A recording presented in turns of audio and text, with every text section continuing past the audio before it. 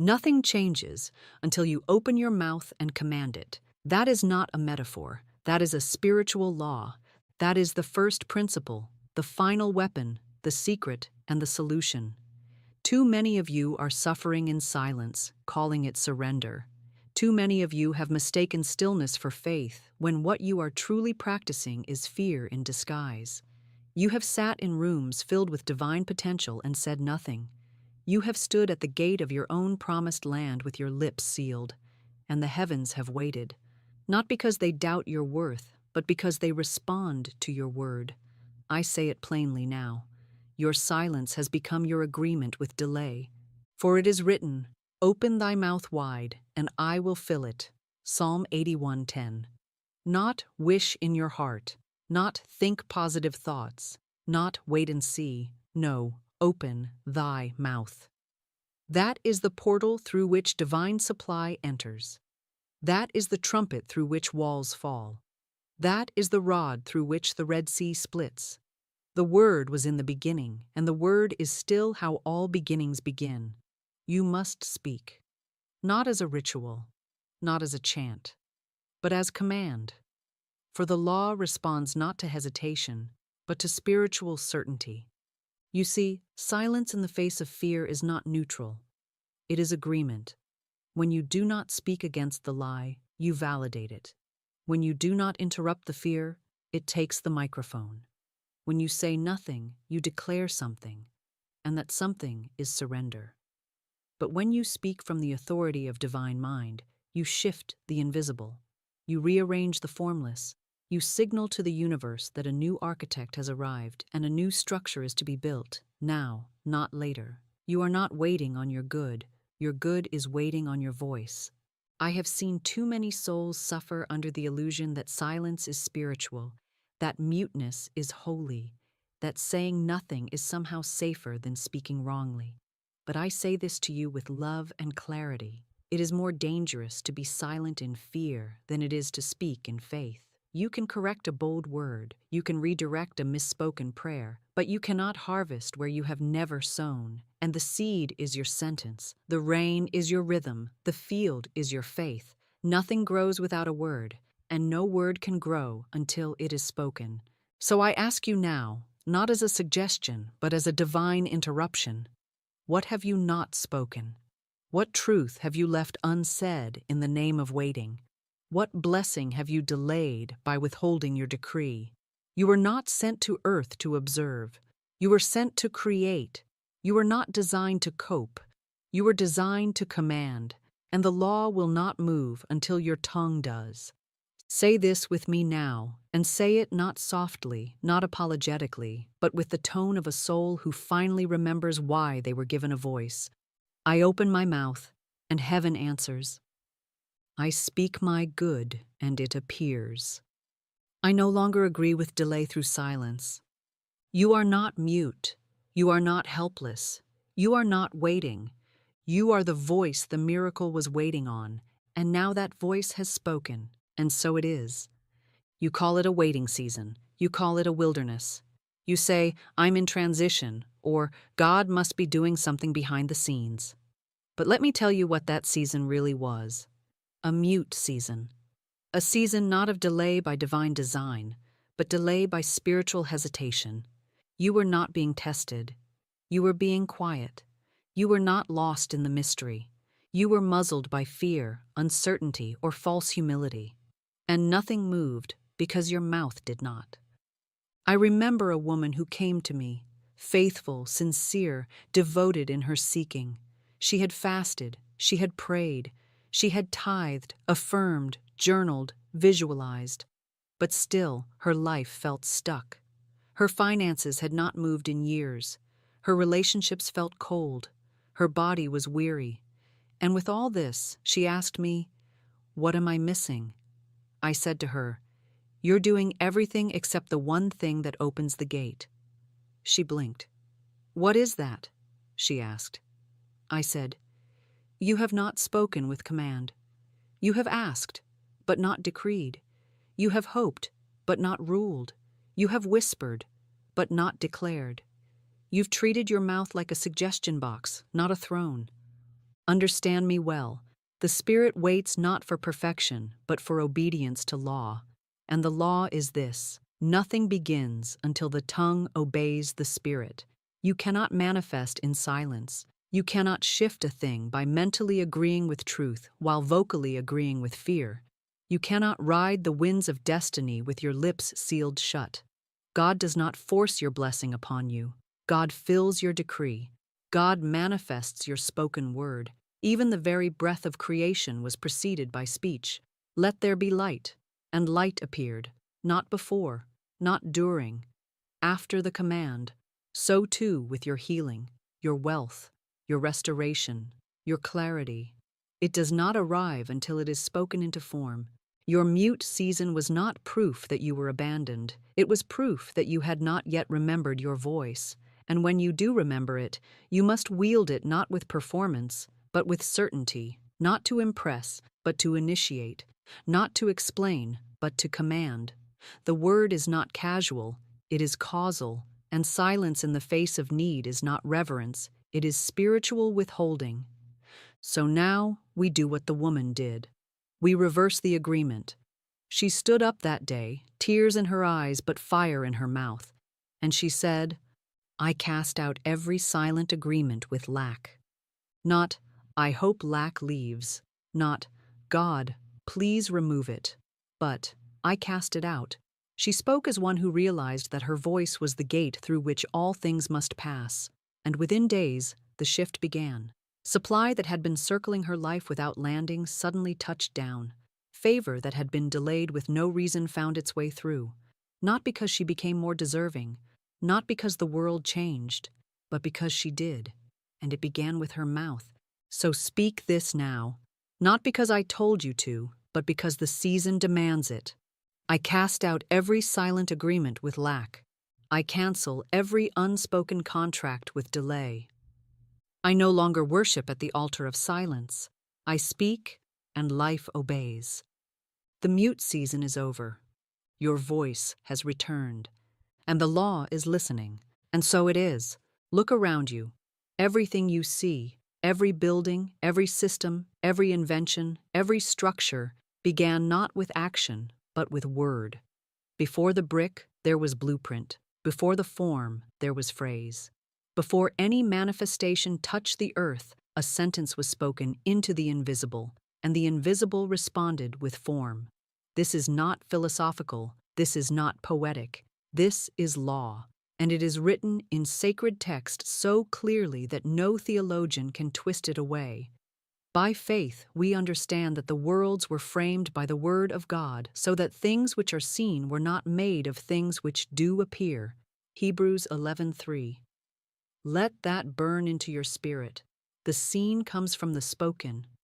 You keep asking why nothing is moving, why you feel like you're running in circles, why you give, pray, believe, and still feel like you're waiting on something to shift. But let me offer the divine diagnosis. You are begging for what you were designed to build, and you are building nothing because you have not spoken. You are standing in a construction site, holding blueprints of desire in your heart, but refusing to speak the command that tells the workers, angelic and metaphysical alike, to begin. You say, I'm waiting on God. But in truth, God is waiting on you. God is waiting on your mouth to match your vision, waiting on your word to issue the permit, waiting on your command to activate the forces of form. Nothing in divine law moves by emotion alone. Heaven is not moved by pain. It is moved by spoken authority. You were not given a tongue so that you might describe your condition. You were given a tongue so that you might build your reality. I say this to you now with love, but without compromise. Stop begging. Stop pleading for crumbs when you have been given the creative command to form loaves. Stop looking up, asking, why not me? And start looking within and declaring, it is mine now. This is not arrogance, it is alignment. This is not entitlement, it is spiritual obedience. The law of formed reality does not reward good intentions. It rewards spoken initiation. Imagine this with me. A city lies barren, empty, ready for architecture. You stand at its edge, blueprint in hand, heart full of purpose. You cry out for change. You hope for beauty. But the builders cannot begin. They are skilled. They are ready. But they wait on one thing, the command. And the command must come through your word. Speak it, and they begin. Delay it, and nothing rises. So speak this with me now, not with hesitation, but with certainty. I now build my world with my word. Again, like you are placing stone upon stone in the unseen. I now build my world with my word. I no longer beg, I create. What I speak appears. The world is not indifferent. The world is not asleep. The world is waiting. Waiting on you to remember who you are. Waiting on you to open your mouth and command the blueprint into form. Waiting on your voice to echo the word that created the cosmos, so that your own corner of creation might rise in glory. And now you have spoken. And so it is. Everything you see, this room, this planet, this very breath, was once formless, silent, waiting. Everything in your world began in the unseen, not because of effort, not because of striving, but because of a spoken word. From the mountains to the marketplace, from the stars above to the steel beneath your feet, the visible was summoned by the invisible voice. The word always goes first. It leads, it frames, it declares what must be, and then what must be begins to move. There is no form without voice, and there is no voice without faith. The divine pattern has not changed since Genesis, let there be, and there was. And the apostle confirmed it in Hebrews 11:3. By faith we understand that the worlds were framed by the word of God, so that things which are seen were not made of things which do appear. So I ask you, what is being framed by your mouth? What blueprint are your words drawing? What structure are your sentences shaping? Because whether you know it or not, your mouth is still a builder. It builds delay, or it builds destiny. It builds bondage, or it builds breakthrough. The law of formed reality is never paused.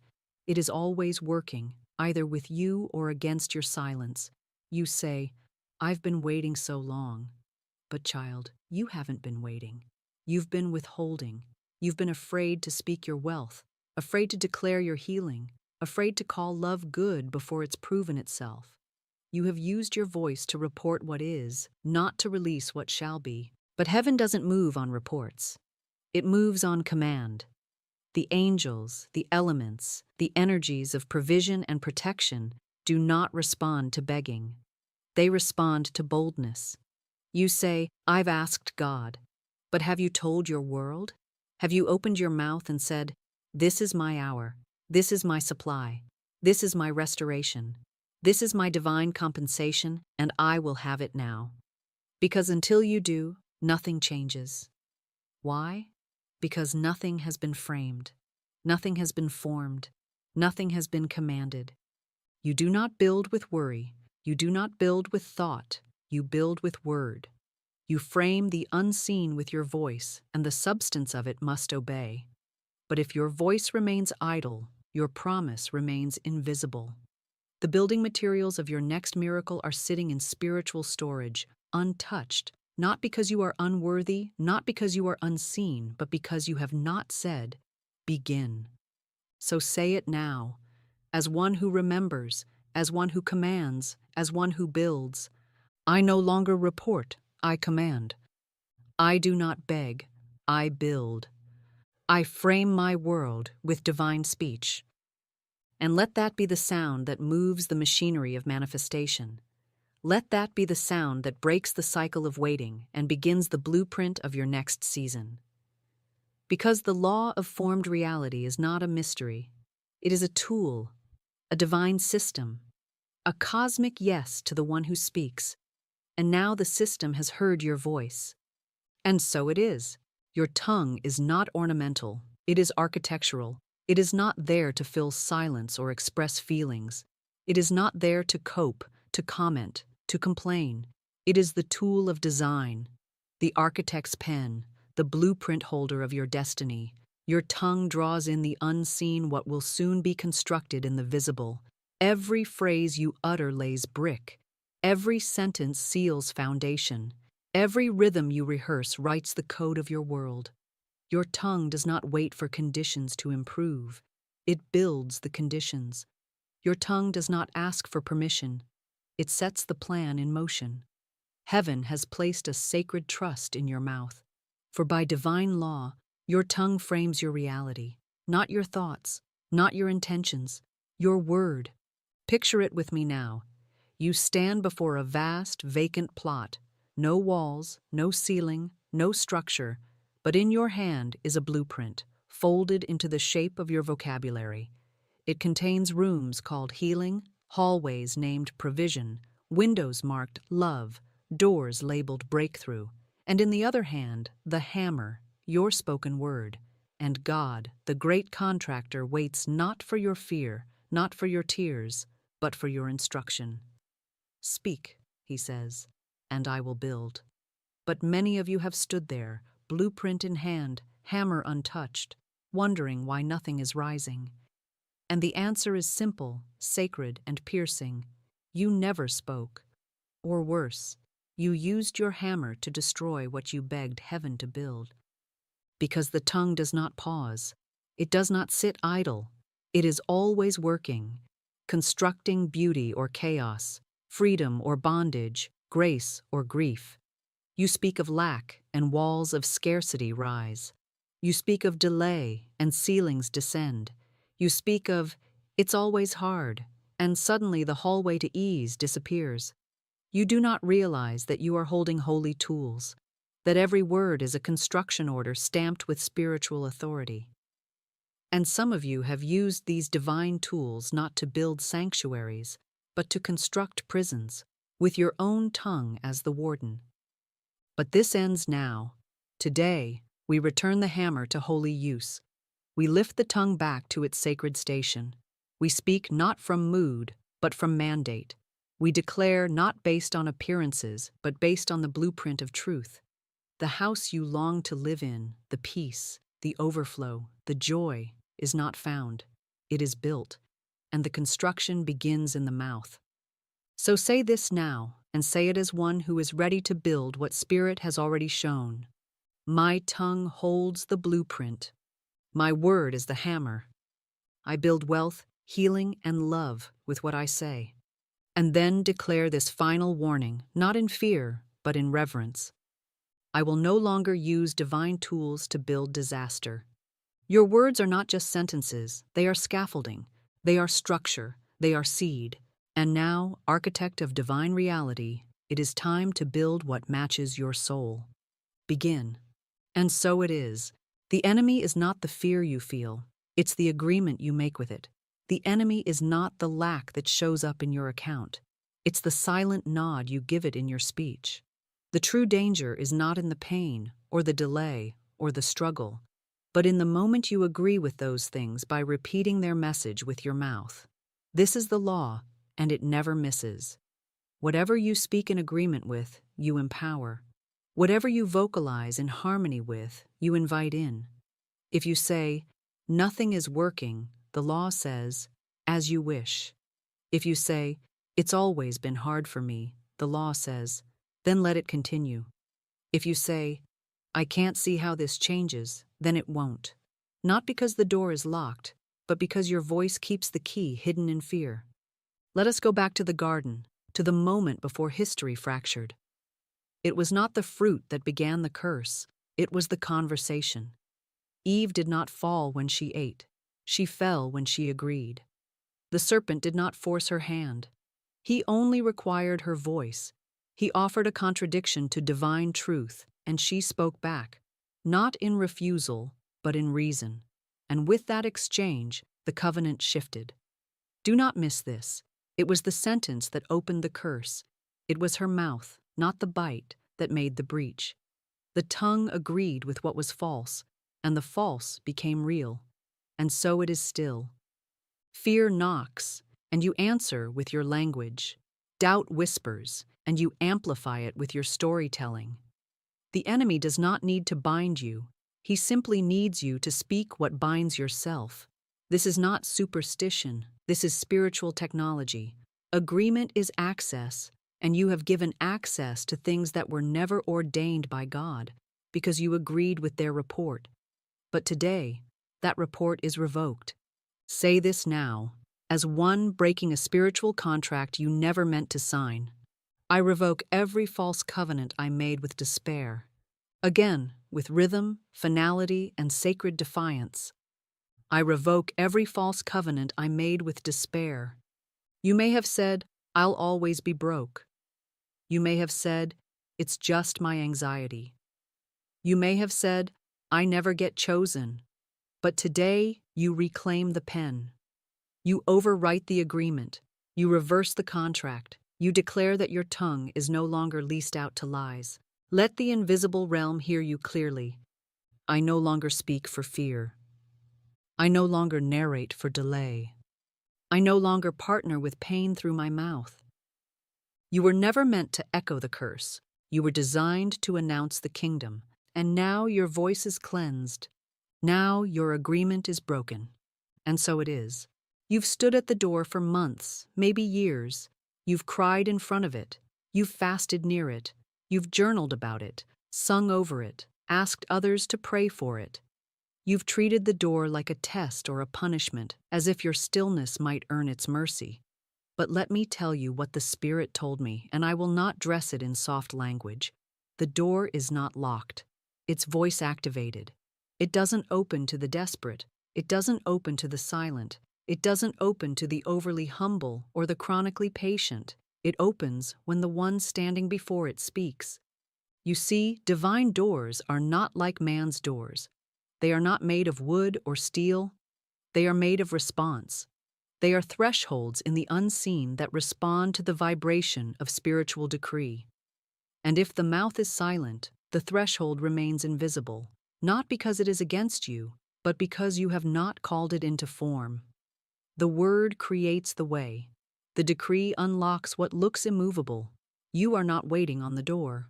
The door is waiting on your voice print.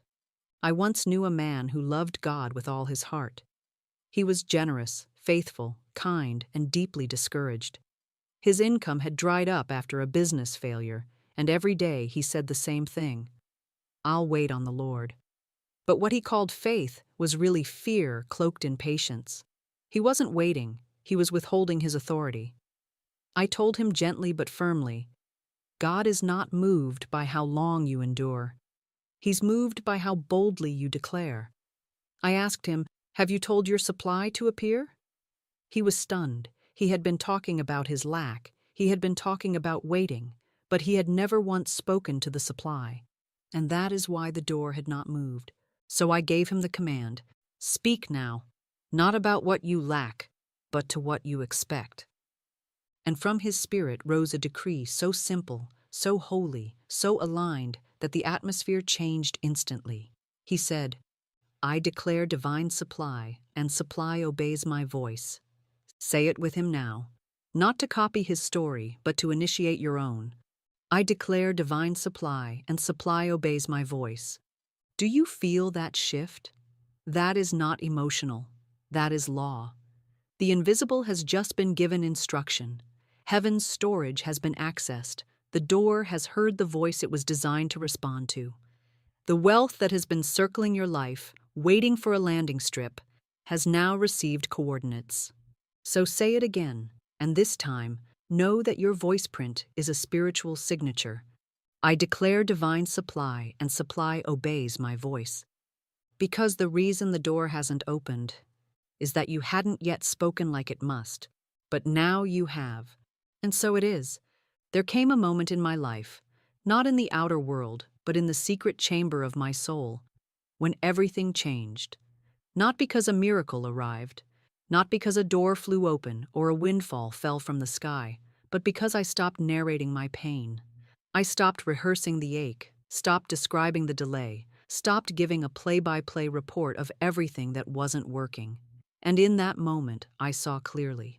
I had not been speaking for transformation. I had been speaking for sympathy. And sympathy is not a creative force. Sympathy does not move spiritual law. It does not break cycles. It only affirms the wound. I used to tell people how hard it was. I wore my story like a badge, like proof of my endurance. I wanted others to see the depth of my struggle, the weight of what I had carried. I was addicted to describing it. Every closed door, every betrayal, every unhealed place. But the more I told the story, the more it embedded itself. And then one day, I realized something terrifying and liberating. I was not just living in the pain, I was speaking it into permanence. Every time I told it, I built it. Every time I described it, I fortified it. My mouth had become the architect of my own prison. I wasn't narrating for healing, I was narrating to be heard. But spiritual law does not respond to pity. It responds to command. So I laid it down. I stopped describing what was wrong. I stopped sharing the old evidence. I stopped repeating the scene where I was the victim, the one left behind, the one who suffered. And in its place, I built a new formula, a new rhythm, a new decree. I narrate my outcome, not my condition. Say it now with me, as one who is done feeding the past. I narrate my outcome, not my condition. This is not denial. This is dominion. I do not deny that there was pain. I simply deny it the power to shape my future. I do not deny the delay. I deny it permanence. I do not deny the heartbreak, but I refuse to make it my script. The law does not require your pity. It requires your instruction. The angels do not move on the sound of your wounds. They move on the sound of your word. When I began to speak from where I was going, instead of from where I had been, the entire terrain of my life began to rearrange. I must tell you plainly, pity is spiritual poison. It is a subtle agreement with powerlessness. It is a silent contract with stagnation. It is the belief that telling the story of your pain will heal you, but it only seals you into it. It is a performance of suffering that hopes for a rescuer while denying that the rescuer is already inside you, waiting for your voice to change.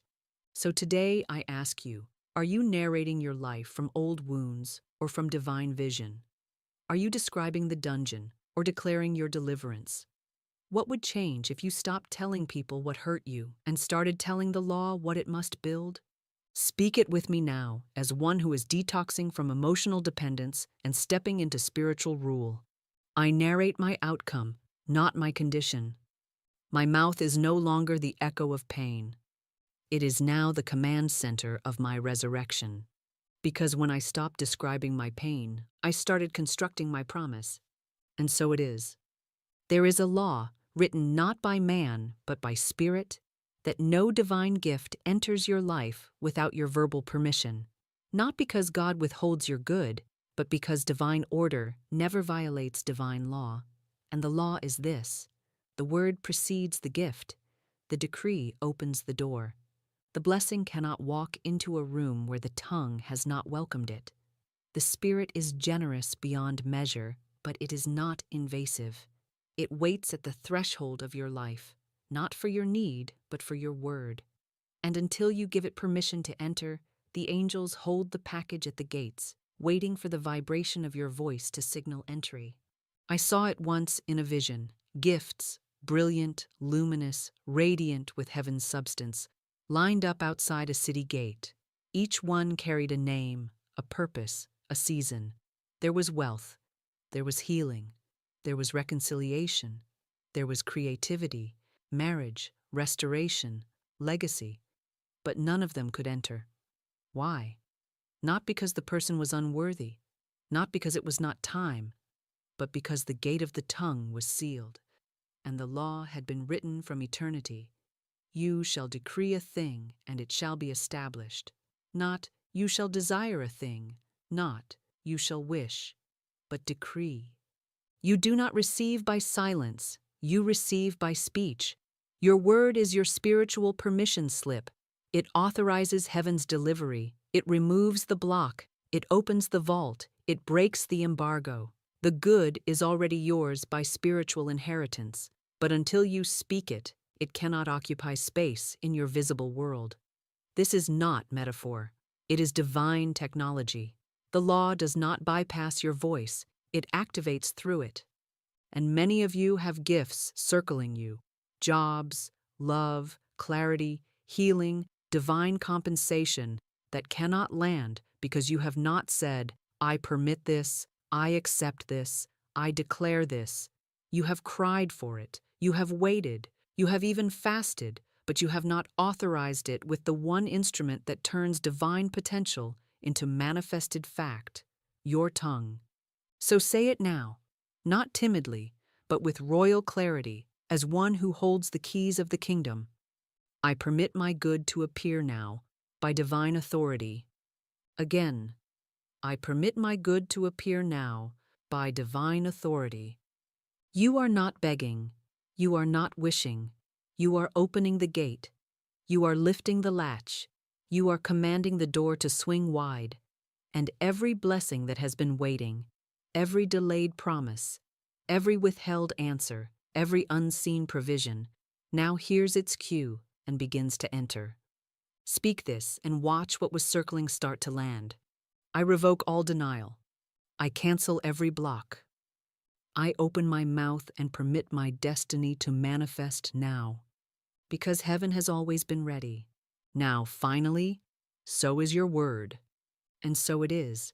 Now that you have remembered who you are and what your voice is capable of, let us seal this moment with fire. Let us speak the new rhythm into the bones of your life.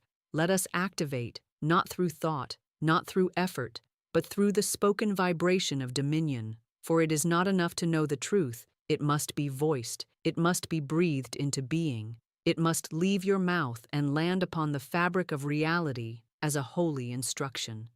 This is your spoken permission round. This is the verbal contract with heaven. And we begin not in doubt, but in power.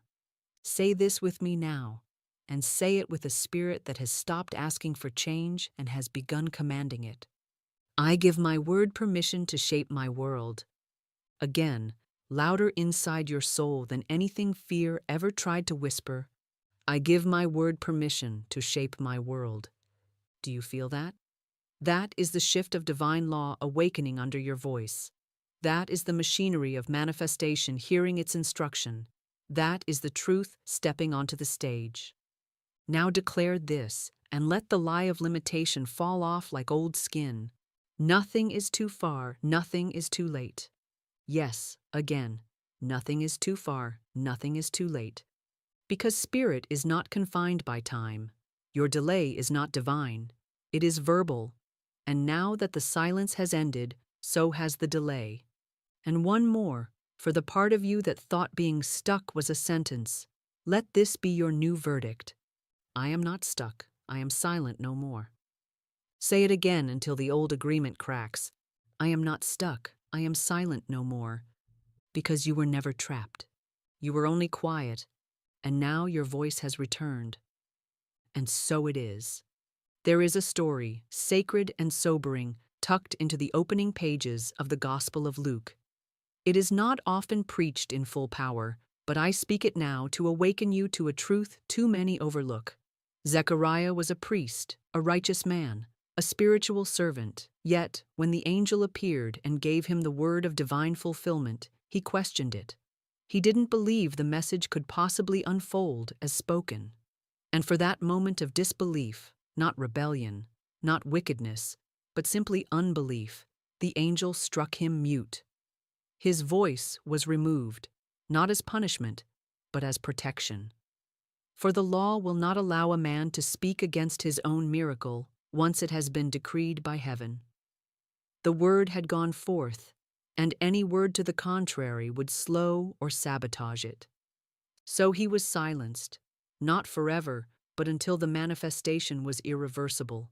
His tongue was sealed until the child was born, until the prophecy was visible, until there was no room left for doubt to interfere. Do you understand the weight of this story? Your word is so powerful that even heaven must intercept it if it contradicts the plan. The mute curse was not cruelty, it was containment. But here's the deeper warning.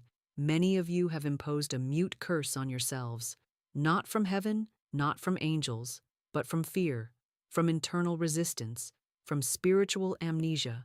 And you are not seeing your miracle, not because it's denied, but because your voice is missing. You've said, "I'm just being careful," but in truth, you've been bound. You've said, "I don't want to say the wrong thing," but the silence itself has become the wrong thing. The mute curse lives wherever the divine word is needed and never spoken. It haunts the moments when the miracle is near, but the decree is absent. And I have seen it over and over, a healing so close, but the mouth stays shut. A financial breakthrough ready to drop, but the person refuses to speak their abundance aloud. A relationship meant for restoration, but the tongue won't release the sentence of reconciliation. And so the miracle is delayed, not by God, not by timing, but by the mute curse of the unbelieving mouth. But hear me now. There is a reversal. There is a holy breaking of silence. There is a flame that falls and loosens the tongue, just as it did in the upper room when Spirit came like fire and gave men utterance again. That fire is still available, and that fire speaks now through you. So declare this, as one shaking off the old silence: my tongue is loosed with divine fire. Again, my tongue is loosed with divine fire. Let the shackles of self-censorship fall. Let the cords of confusion snap. Let the delay end, not because the blessing was denied, but because your voice has returned. Say it until it burns through every layer of disbelief. My tongue is loosed with divine fire. I speak what God has said. I echo divine law, and miracles obey. The mute curse is over. The silence is broken. The word is alive. And so it is. There is a frequency in the realm of spirit that only the bold can tune into. It is not the language of hope, nor the murmur of pleading. It is not the desperate chant of the almost faithful. It is the voice of those who have seen with the eye of the soul and therefore speak with the tongue of completion. These are not the ones who say, "I hope it will happen."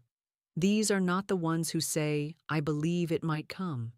These are the ones who speak as if it has already arrived, because in the eternal dimension of spirit, it already has. Faith is not forward, it is finished. And the mouth that creates is the mouth that speaks from the end, not toward it. Too many souls are speaking to their good, trying to talk it into reality. But the law does not obey the insecure tongue.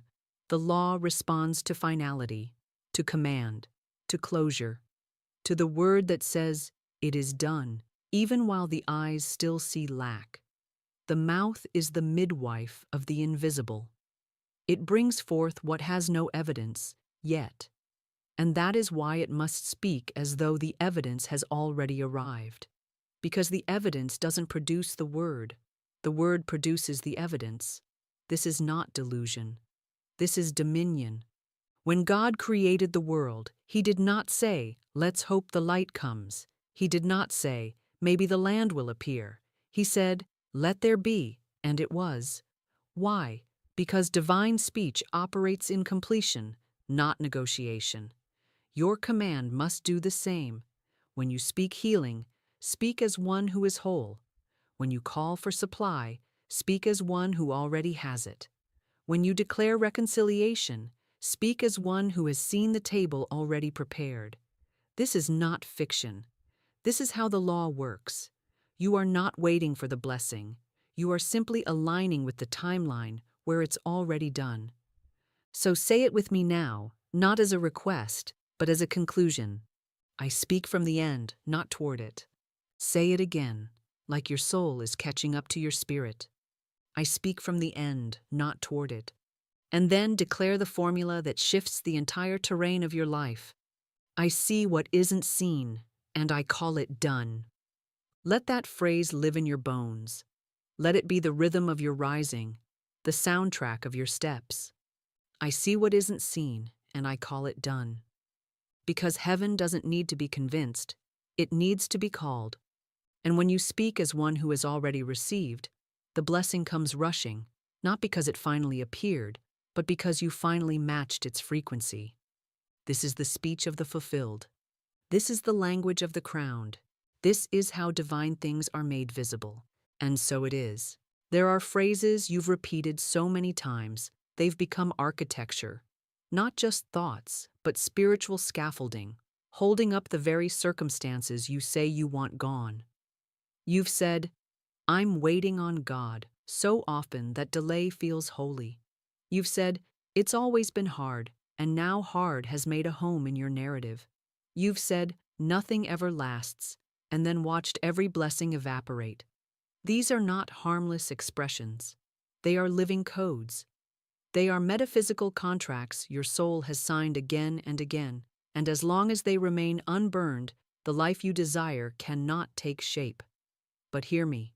Every false script can be rewritten. Every lie you've spoken over yourself can be consumed in divine fire. This is the work now, not soft, not sentimental, but surgical, sacred, precise. I want you to see it with me now. A scroll in your hand. It's tattered, heavy, and filled with phrases you've whispered in disappointment, muttered in traffic, confessed in casual conversations, and cried alone at night. Maybe it's not for me. It's too late now. I never get what I want. Every sentence etched into the scroll like law. But then, light. Fire not from earth, but from spirit begins to consume the scroll, not with destruction, but with transformation. What was written in fear is now being rewritten in power. The tongue that once surrendered to circumstance now commands creation. The mind that once echoed trauma now sings truth. This is not poetic. This is metaphysical editing, and it begins the moment you refuse to be loyal to your old vocabulary. I think of the woman who came to me weeping, exhausted by life. She said, "It's always been hard for me. Ever since I was a child, struggle just follows me." I didn't contradict her experience. I contradicted her agreement with it. I asked, "Why are you still narrating that story? Why are you branding your future with yesterday's pain?" She paused.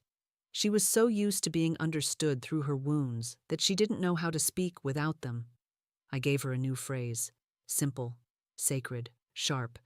It was hard, and now it isn't. She blinked.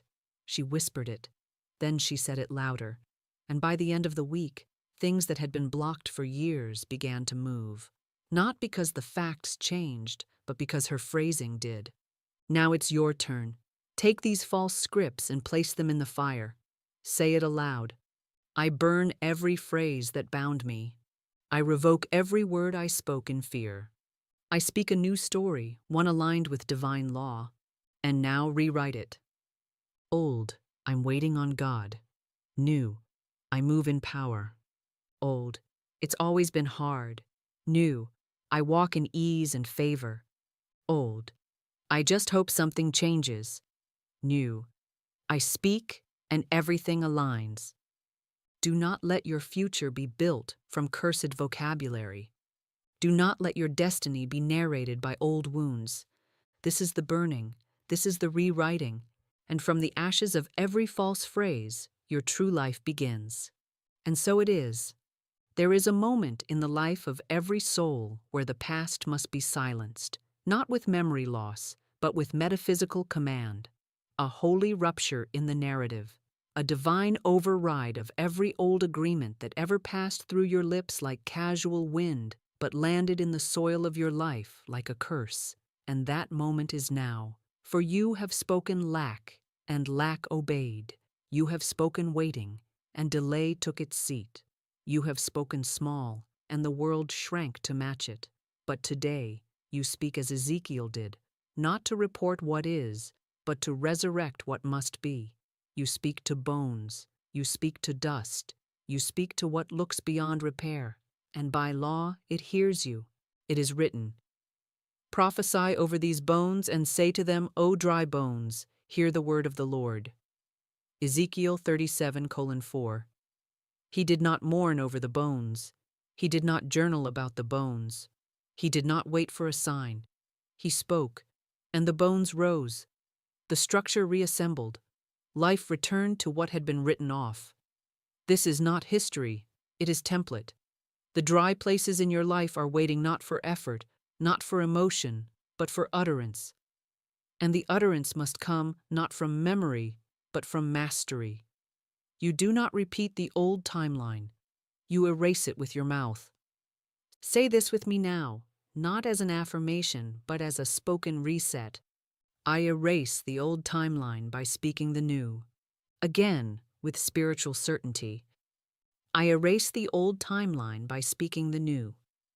This is how divine law works. It does not erase pain by pity. It erases it by replacement. And the replacement begins in your phrasing.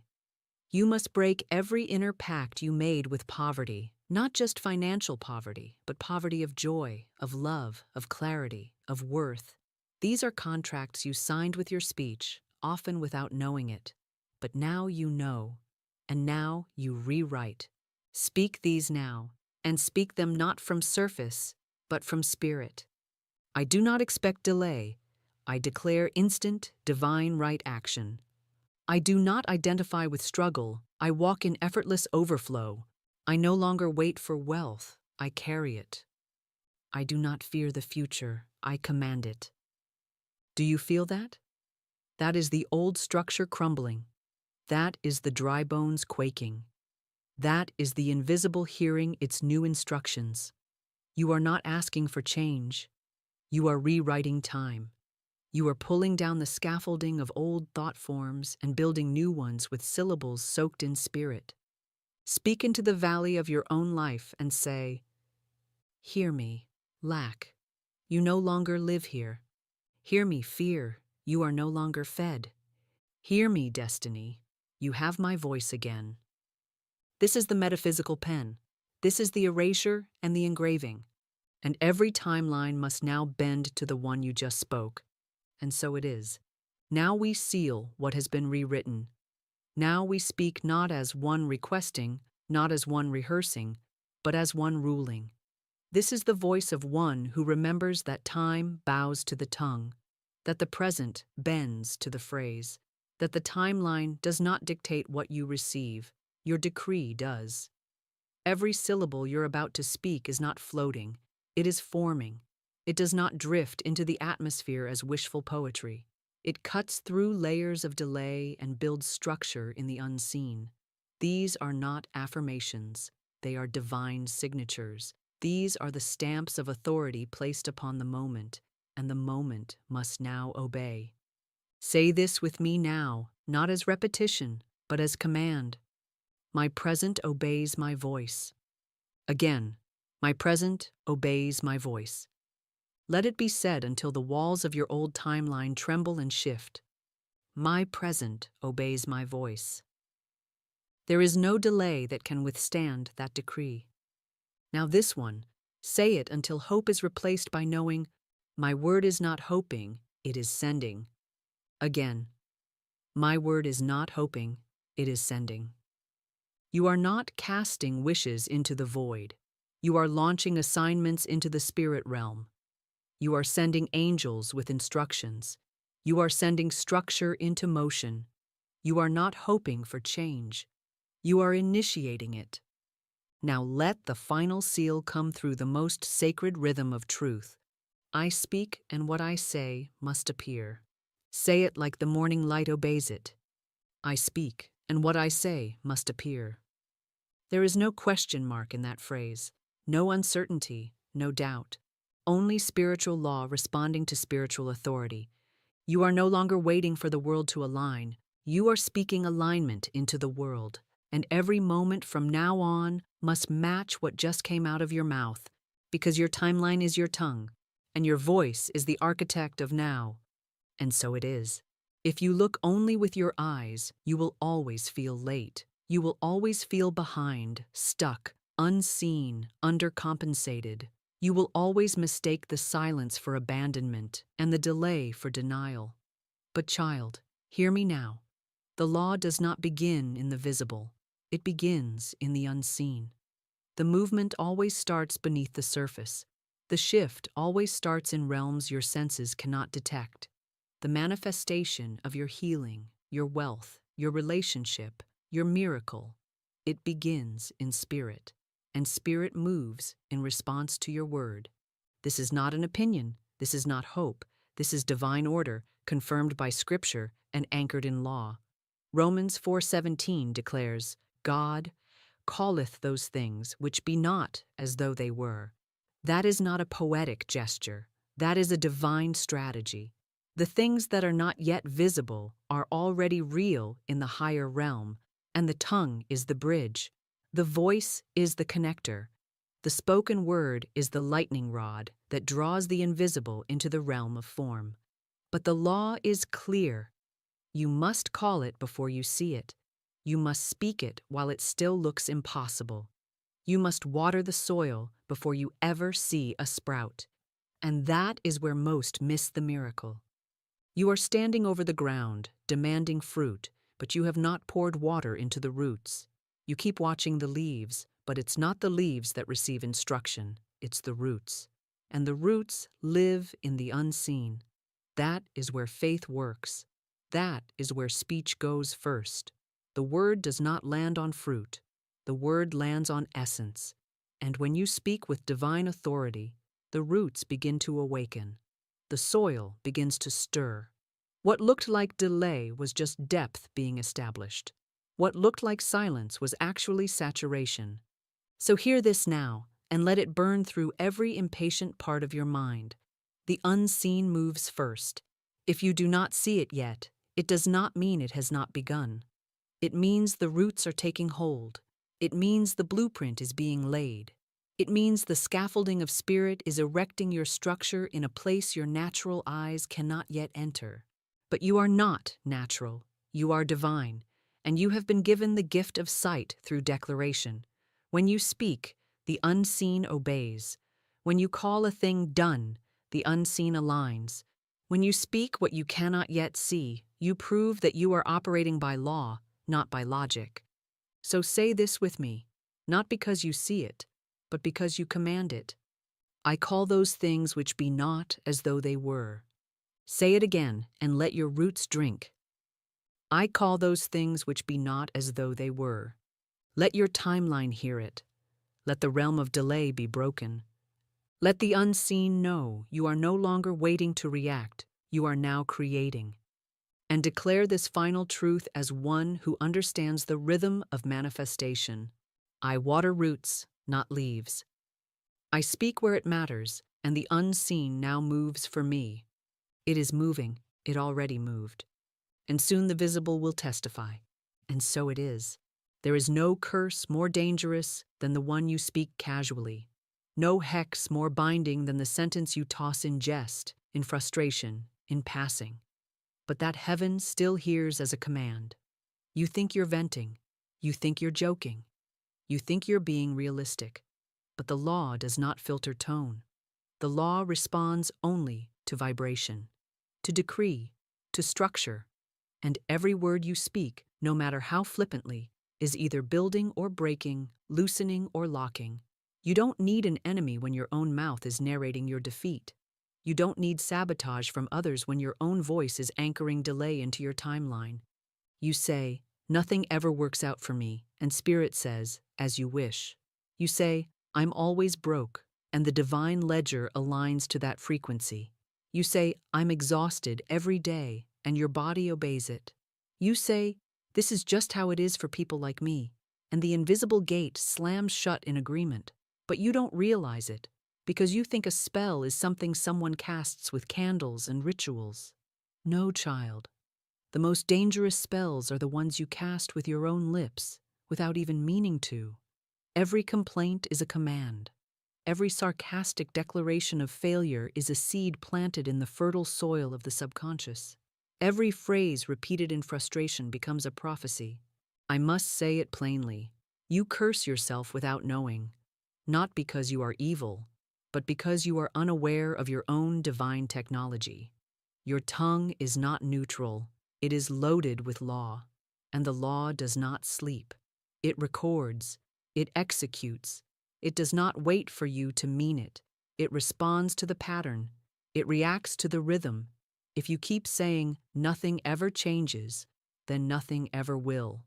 Not because the world is against you, but because you have locked the gate with your voice. But there is hope, immediate, beautiful, burning hope. Because just as you cursed yourself in ignorance, you can now bless yourself in awareness.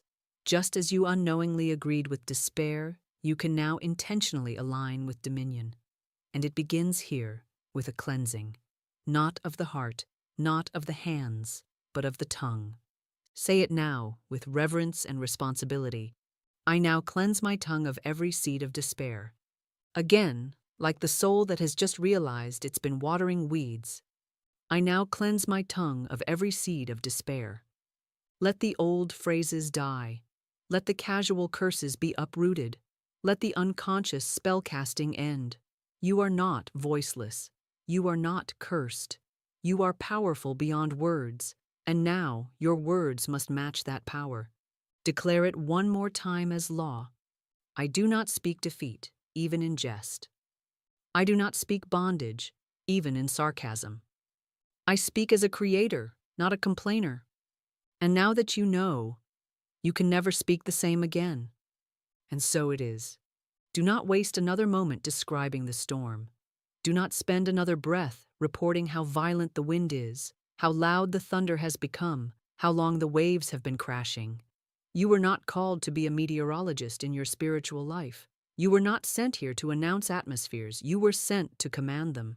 The greatest example ever given was not a man who avoided storms, but a man who stood up in the boat, wiped sleep from his eyes, looked directly at chaos, and spoke. Peace, be still. That was not a wish. That was not a plea. It was a command, a verbal dominion over visible disorder. He did not talk about the storm. He talked to it. And that is where most lose their spiritual ground. They think describing the problem is the same as dealing with it.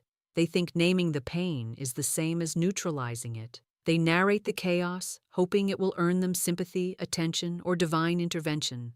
But heaven does not move on emotional weather reports. Heaven moves when a voice, aligned with divine authority, declares, "This ends now." The storm will not settle because you wish it would. It will only obey when you tell it to. You are not at the mercy of the wind. You are the one meant to quiet it. Jesus didn't say, "Let's see how bad this gets." He didn't say, "This is the worst I've ever seen." He didn't even say, "God, please help us." He commanded the atmosphere, "Peace, be still." That is the spiritual formula. That is the tone. That is the assignment. Your job is not to get everyone on the boat to calm down.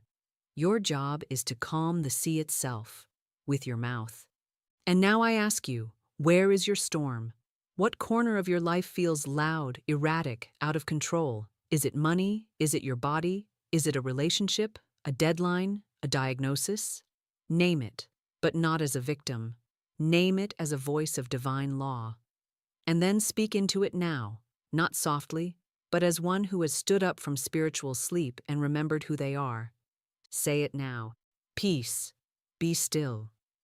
Again, peace, be still. Now, apply it specifically. Peace, be still in my finances. Peace, be still in my body. Peace, be still in my relationships. Peace, be still in my mind. This is not visualization. This is spiritual governance. The storm is not in charge of you. The atmosphere does not write your story. You are the mouthpiece of calm. You are the voice of settled seas. You are the one sent to prove that divine order still answers to human decree. Say this final line, and let the winds stop in your world. I do not describe storms. I silence them.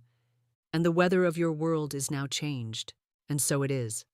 There is a voice beneath your voice, a whisper beneath every declaration, a subtle current of belief running under the surface of your speech. You speak affirmation with your lips, but what is your shadow voice saying in the silence that follows? You say, "Money flows to me," but the echo beneath it mutters, "It never stays." You declare, "I am chosen," yet your inner murmur says, "But not for long." This is the work too few dare to face, for it is not the loud public affirmations that shape your world, It is the quiet, constant prophecy of the inner tongue. And whether you are aware of it or not, your shadow voice is always speaking, always planting, always narrating. This voice does not shout, it repeats. And its power lies not in its volume, but in its frequency. You may not even hear it directly, but you feel its consequences. That sudden doubt that creeps in after a declaration, that emotional drop after a hopeful conversation, that tightness in your chest after dreaming aloud. Why? Because the shadow voice has not yet been retrained, and it does not care what you want. It only repeats what you have let it believe. It says things like, "It's too late. Nothing ever changes. I'm just not the one who gets that kind of life. They always leave. It never works." And those phrases are not harmless. They are not just internal noise. They are unconscious decrees, and the law honors them just the same. But hear me now, that voice is not the enemy. It is simply misinformed. It is the echo of old agreements, past pain, generational scripts, and like any echo, it only continues if you feed it space. So now, we reclaim that space. We intercept the whisper and overwrite it, not with force, but with divine rhythm, not with effort, but with command. The way to transform the shadow voice is not to silence it, but to give it a new song, a new loop, a new prophecy. And that prophecy begins with this phrase: "My hidden word becomes divine outcome." Say it now to every subconscious script that thought it could run your world. My hidden word becomes divine outcome. Again, my hidden word becomes divine outcome. This is not magic. This is metaphysical law. The inner voice must match the outer command. And when they align, manifestation becomes inevitable. There is no longer contradiction between what you say and what you believe. The old phrase, "It's too late," is now rewritten as, "I move in divine timing." The shadow statement, "It never works," is now, "All things work together for my highest good." The inner doubt, "I'm not the one," becomes, "I am divinely selected and continually supported." This is the voice you were always meant to carry, not just on your lips, but in your depths. This is the tongue behind the tongue, finally transformed. This is the prophecy that plants fruit-bearing trees, even in invisible soil. And this is the new reality, born from the new inner voice, because now your shadow agrees with the light. And so it is. Now you speak not from theory, but from thunder. Not from weakness, but from weathered wisdom. You have seen the storm. You have sat in the boat of your own waiting. You have felt the winds of fear press against your ribs. And now you do not tremble, you speak. This is not passive peace. This is not gentle hoping. This is the peace that proclaims. This is the calm that does not ask permission. This is the stillness that overrides chaos by law, by frequency, by decree. These affirmations are not decorations. They are weapons. They are stabilizers. They are declarations that command the clouds and silence the waves. Speak them with authority. Speak them like you know the sea is listening. Say it now, and say it loud enough that your spirit hears it echo into every room of your being. My peace is not passive, it is proclaimed. Again, my peace is not passive, it is proclaimed. This is not the peace that waits for external evidence. This is the peace that creates it. Now speak to the atmosphere itself. Let your tongue instruct the elements of your own emotional sky. The storm hears me. Once more, with clarity and command. The storm hears me.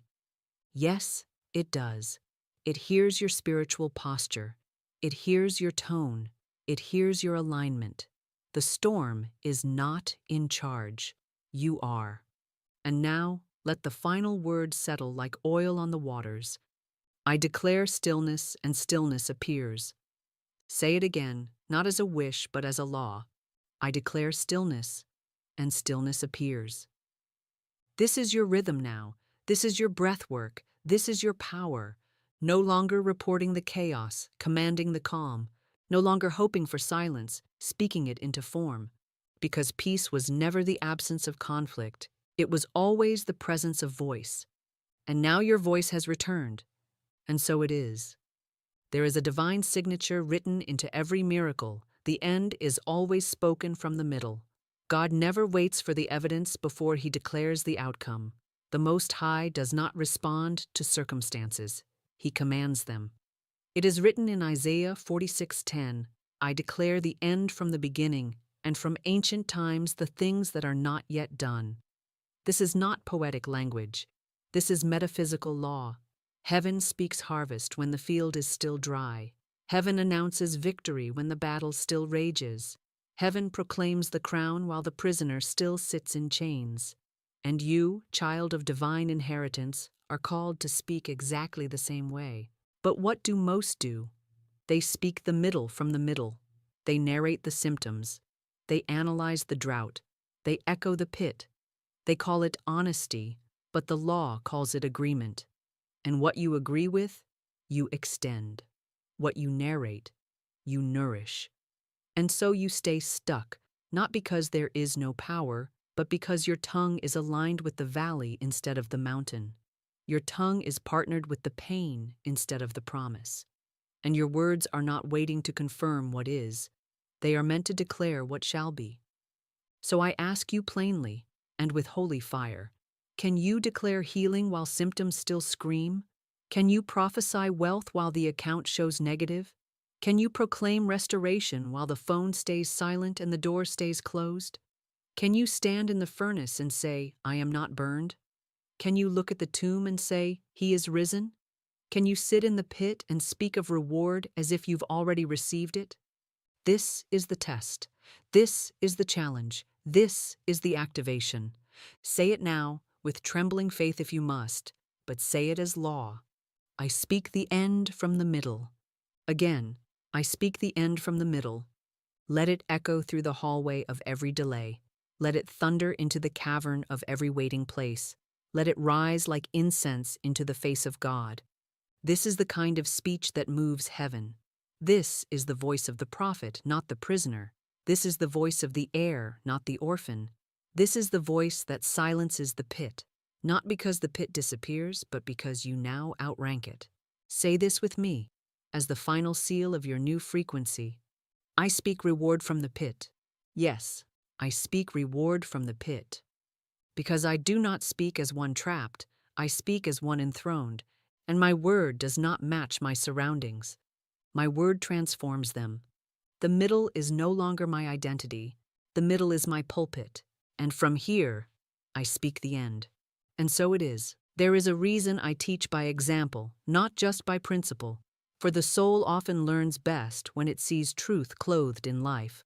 So let me take you now into the sacred archives, the case files of spirit-activated victory. I remember the woman well, a mother, trembling but determined, desperate not just for a remedy, but for a revelation. Her child had been ill for weeks. The doctors gave medicine, but no answers. Friends offered sympathy, but no solutions. Her own faith wavered under the weight of appearances. She sat before me, wrung out with worry, and asked, "What else can I do?" And I told her, "Stop praying from panic. Speak from power." You see, she had been careful, too careful. She begged in soft tones, hoping not to offend heaven with too much boldness. But heaven does not respond to hesitancy. Heaven is not moved by well-behaved worry. Heaven is activated by dominion, by command, by clarity. I told her, "Speak one decree, not 10, not a paragraph, just one line, and say it like it's already done." She nodded, her hands shaking. I gave her the sentence, "Divine life flows through my child now, and nothing can oppose it." I told her to speak it once and let the law take over. She went home, and with every ounce of authority she had never used before, she stood by her child's bed, placed her hand upon their chest, and spoke. "Divine life flows through my child now, and nothing can oppose it." That's it. No weeping, no bargaining, no theatrics, just a decree. And within 24 hours, the fever broke. Within 3 days, full recovery. Within a week, the doctors said, "We don't know what shifted." But she knew. She had stopped narrating the sickness and had started commanding the truth. This is not a story of chance. This is not a fluke. This is a case file of spiritual law in action. The spoken word did what medicine could not. The tongue became the instrument of healing, not because it was dramatic, but because it was bold. Heaven does not reward desperation. Heaven responds to alignment. And when your mouth becomes a mirror of divine authority, your life must change to reflect it. Say this now as one who has remembered their inheritance. Heaven honors bold mouths, not careful prayers. Again, heaven honors bold mouths, not careful prayers. You are not here to beg for crumbs. You are here to declare the feast. And if a single decree can rewrite the outcome of a sickbed, imagine what your consistent command can do to your finances, your relationships, your calling. Stop waiting for confirmation. Speak as the one who confirms it. One sentence, one shift, one miracle. And so it is. Let me open the vault once more and reveal another case, not of coincidence, not of luck, but of spoken law in motion. A man came to me, head low, pockets empty, pride eroded by months of closed doors. He said he had applied everywhere. He said he had followed every lead. He said he had prayed. Oh, how he had prayed. But I looked at him and said something that startled him. "You have not spoken." He blinked. "I've begged," he said. "I've asked God every day." And I replied, "Begging is not commanding. Asking is not decreeing. Heaven has heard your need, but your silence has blocked your supply." You see, he thought the job would come through action, effort, hustle. He believed the lie the world worships, that movement equals manifestation. But divine law does not respond to chaos. It responds to clarity. He had written resumes, not spoken results. So I gave him a phrase and told him, "Say this out loud, not in a whisper, not in a whisper of doubt, but with the voice of one who already holds the offer in hand." The phrase was simple, surgical, sacred. The perfect position is already mine. It comes swiftly, under grace, in perfect timing. He stood outside under the open sky, and for the first time, he opened his mouth not to describe the void, but to call in the form. He said it once, twice. He repeated it as he walked. He said it like a drumbeat until it became his rhythm. And then, just 48 hours later, he received a message from someone he hadn't spoken to in years. "I thought of you this morning," they said. "I heard of a role that suits you perfectly. I don't know why, but I feel you're the one." The offer came without application, without hustle, without grind. Not because he had finally done enough, but because he had finally spoken enough. "Child, let me tell you what I told him. There is nothing standing between you and your good but your silence. Not economy, not timing, not competition, just silence. And silence is not humility. Silence is self-sabotage when you know the truth. Every good and perfect gift has already been assigned to your spirit, but law requires that it be called forth. You don't get what you deserve. You get what you declare. Say it with me now, and say it like your next provision is waiting for this moment. Nothing stands between me and my good but my silence. Again, nothing stands between me and my good but my silence. Now break it. Break the mute barrier. Speak your next chapter into motion. Say, "I now command my perfect opportunity to appear. I now speak alignment into every part of my path." This is not a story. This is not a suggestion. This is a strategy. The only question is, will you use your voice? Because the moment you do, your miracle moves. And so it is. There comes a moment when the soul must graduate from whisper to war cry, from hoping to heralding, from murmuring requests to commanding results. That moment is now. Your tongue is no longer timid. It is trained.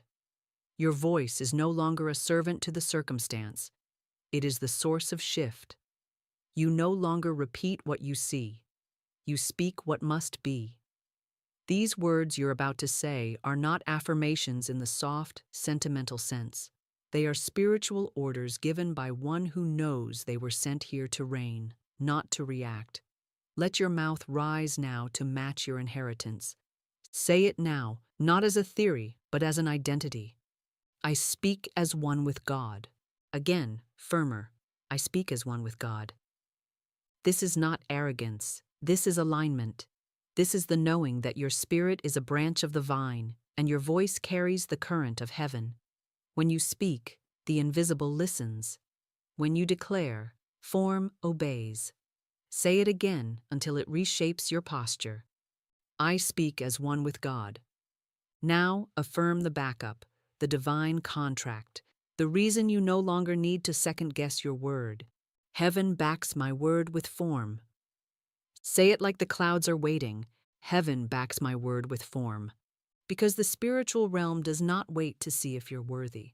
It waits to see if you're willing to speak with clarity, willing to declare with authority, willing to break the cycle of silence and say, now.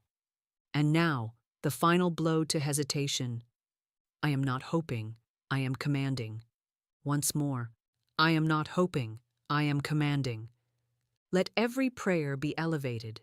Let every intention be ignited. Let every spoken line carry the voltage of divine law.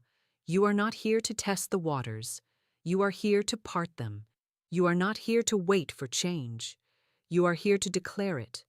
And now you have. And so it is.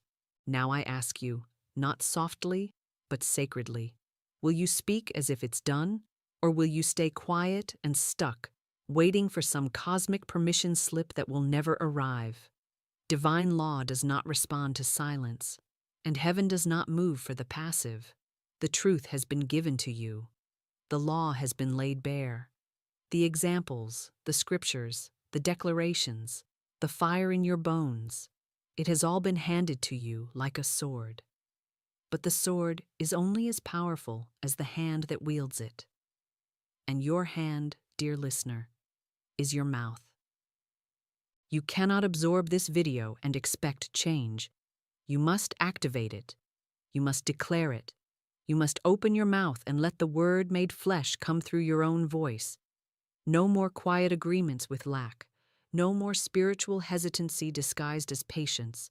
No more watching others shift while you sit in shadows you were born to outshine. Speak, because if you don't, everything stays the same. Not because spirit has withheld anything, but because you refuse to claim it. So here is your sacred charge, your line in the sand, your call to demonstration. Go to the comments right now and speak your decree. Not a hope, a word, not a request, a command. Write, my word is my weapon and I use it. Say it aloud as you type it. Let your soul hear you stake the claim.